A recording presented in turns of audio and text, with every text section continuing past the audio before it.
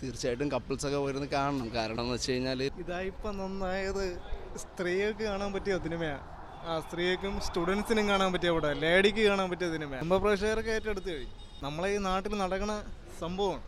നന്നായിട്ട് എനിക്ക് ഇഷ്ടപ്പെട്ടു. നല്ല സിനിമയാണ്. മലയാളത്തിൽ നല്ല ഞാൻ ഇങ്ങനെ ഒരു സിനിമ കണ്ടിട്ടില്ല. ഒരു ഫാമിലി നടക്കുന്ന എല്ലാ ഫാമിലികളിലും നടന്നുകൊണ്ടിരിക്കാൻ സാധ്യതയുള്ള ഒരു വിഷയത്തെ വളരെ മനോഹരമായിട്ട് പറഞ്ഞിട്ടുണ്ട്.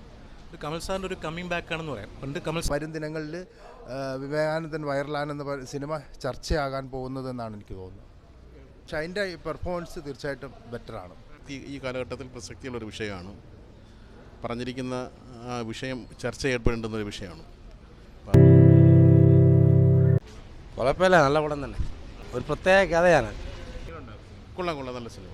അതിൻ്റെ വിഷയമെന്ന് പറയുന്നത് പിന്നെ ഇപ്പോഴത്തെ ഈ കാലഘട്ടത്തിൽ പ്രസക്തിയുള്ളൊരു വിഷയമാണ്. പറഞ്ഞിരിക്കുന്ന വിഷയം ചർച്ച ചെയ്യപ്പെടേണ്ടുന്നൊരു വിഷയമാണ്. അപ്പോൾ അതുകൊണ്ട് തന്നെ എല്ലാവരും ഈ സിനിമ കാണുന്നത് നല്ലതായിരിക്കും എന്നാണ് എൻ്റെ അഭിപ്രായം.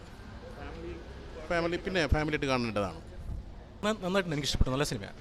ഷൈൻ നന്നായിട്ട് പെർഫോം ചെയ്തിട്ടുണ്ട്. വളരെ ഒരു ഔട്ട്സ്റ്റാൻഡിങ് പെർഫോമൻസ് ആണ് ഷൈൻ്റെ.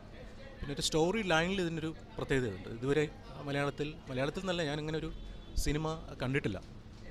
ഒരു ഫാമിലി നടക്കുന്ന എല്ലാ ഫാമിലികളിലും നടന്നുകൊണ്ടിരിക്കാൻ സാധ്യതയുള്ള ഒരു വിഷയത്തെ വളരെ മനോഹരമായിട്ട് പറഞ്ഞിട്ടുണ്ട്. കമൽ സാറിൻ്റെ ഒരു കമ്മിങ് ബാക്ക് ആണെന്ന് പറയാം. പണ്ട് കമൽ സാറ് ഫാമിലി പടങ്ങളുടെ ആളായിരുന്നല്ലോ. അപ്പോൾ കമൽ സാർ കുറേ വർഷത്തിന് ശേഷം അങ്ങനെ ചെയ്യുന്ന നല്ലൊരു സിനിമ. വളരെ നല്ല ഔട്ട്സ്റ്റാൻഡിങ് പെർഫോമൻസ്. ശ്വാസികയും ഗ്രേസ് ആൻ്റണിയും എല്ലാവരും നന്നായിട്ട് പെർഫോം ചെയ്തിട്ടുണ്ട്. നല്ല സിനിമ. ഓവറോൾ ബെസ്റ്റ് വളരെ നന്നായിട്ടുണ്ട്. ഫാമിലി ഓഡിയൻസിനൊക്കെ ഇഷ്ടപ്പെടും. ആശയങ്ങളൊക്കെ കൊള്ളായിരുന്നു. പക്ഷേ അല്ലേ, സമൂഹത്തിൽ ഇങ്ങനത്തെ കാര്യങ്ങളുണ്ട്, അത് അഡ്രസ്സ് ചെയ്യപ്പെടേണ്ടത് തന്നെയാണ്. പക്ഷേ പെർഫോമൻസ് ഒക്കെ എല്ലാം കൊള്ളായിരുന്നു. ഡബ്ബിങ് റോളൊക്കെ ചെയ്തിട്ടുണ്ട്. പുള്ളിയുടെ ബാക്കി പടങ്ങളെ അപേക്ഷിച്ചിട്ട് കാര്യങ്ങളൊക്കെ പറയണത് മനസ്സിലാവുന്നുണ്ട്. ഇപ്പോൾ കുറച്ച് ദിവസമായിട്ട് അങ്ങനെ പ്രശ്നം ഉണ്ടായിരുന്നില്ല.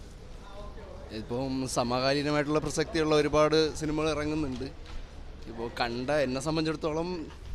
എന്നെ സംബന്ധിച്ചിടത്തോളം ഇത് ഞാനുമായിട്ട് റിലേറ്റ് ചെയ്തതല്ല. ഞാനിത് റിലേറ്റ് ചെയ്തിട്ടുള്ള ആരെങ്കിലും ആയിട്ടാണ് പടമെങ്കിൽ തീർച്ചയായിട്ടും അവർക്ക് കൂടുതൽ ആകർഷണീയമായിരിക്കും.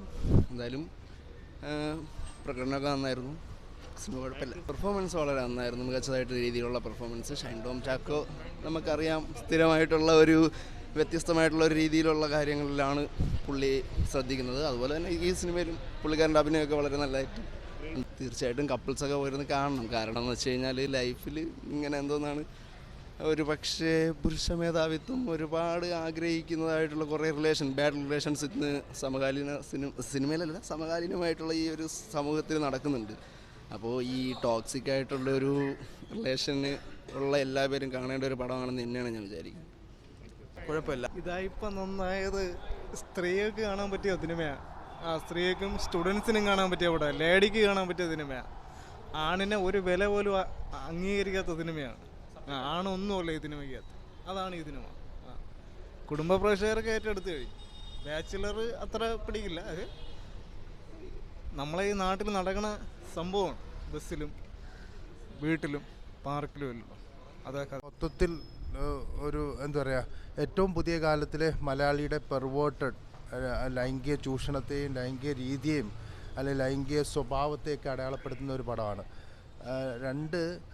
കമൽ സാർ എല്ലാ കാലത്തും ഒരുപക്ഷെ ഏറ്റവും കാലികമായ വിഷയങ്ങളിൽ ഇടപെടുന്ന ഒരാളാണ്. അപ്പം അതുകൊണ്ട് തന്നെ ഈ വിഷയത്തിന് ഏറ്റവും പ്രാധാന്യമുണ്ട്. അതായത് നമ്മൾ ഒരുപാട് എല്ലാവരും ഏറ്റവും പുതിയ തലമുറ ഏറ്റവും നന്നായിട്ട് വിനിയോഗിക്കുന്നത് ന്യൂ മീഡിയയാണ്. ഒരു ന്യൂ മീഡിയ കൊണ്ടുവന്നിട്ട് തന്നെ ഒരുപക്ഷെ പുതിയ കാലത്തിൻ്റെ പ്രശ്നങ്ങളെ അവതരിപ്പിക്കുന്നു. ഈ ന്യൂ മീഡിയ തന്നെ ഒരു പുതിയ കാലത്തിലൊരു മനുഷ്യൻ്റെ പെർവേർട്ടഡ് സ്വഭാവത്തെ തിരുത്താൻ വിനിയോഗിക്കുന്നു. ഈ തെറ്റ് ചൂണ്ടിക്കാണിക്കുന്നതും ഒരു തിരുത്തൽ മീഡിയമായിട്ട് ന്യൂ മീഡിയ എങ്ങനെ മാറുന്നു എന്നുള്ളതാണ്. അതായത് എവിടെയും ക്യാമറയുണ്ട്, എവിടെയും നിങ്ങൾ വീക്ഷിക്കപ്പെട്ടിട്ടുണ്ട്, എവിടെയും നിങ്ങൾ തെറ്റ് തിരുത്താൻ ബാധ്യസ്ഥനാണെന്നൊക്കെ പറയുന്ന അങ്ങനെ ഏറ്റവും പുതിയ കാലത്തിൻ്റെ ഏറ്റവും സവിശേഷതകളും അല്ലെങ്കിൽ അതിൻ്റെ പെർവേർട്ടഡ് സ്വഭാവങ്ങളും ഒക്കെ പറയുന്ന ഒരു സിനിമ എന്ന രീതിയിലാണ് ഒരുപക്ഷെ വരും ദിനങ്ങളിൽ വിവേകാനന്ദൻ വൈറലാനെന്ന സിനിമ ചർച്ചയാകാൻ പോകുന്നതെന്നാണ് എനിക്ക് തോന്നുന്നത്. ഷൈൻ ടോം ചാക്കോയുടെ ഏറ്റവും വലിയ സവിശേഷത എന്ന് പറയുന്നത് ഈ ഷൈന് മാത്രമേ ഒരുപക്ഷെ ഇത്തരം കഥാപാത്രങ്ങളെ അവതരിപ്പിക്കാൻ പറ്റുള്ളൂ. ഈ ഷൈൻ്റെ ശരീരഭാഷ അതിന് വഴങ്ങുന്നതാണ് ഒന്ന്. രണ്ട്, ഈ ഷൈൻ്റെ ഏറ്റവും വലിയ സവിശേഷത എന്ന് പറയുന്നത് ഇത്തരം കഥാപാത്രങ്ങൾ ചെയ്യുമ്പോൾ ഇതിനകത്ത് ഇമ്മേഴ്സ്ഡ് ആവും.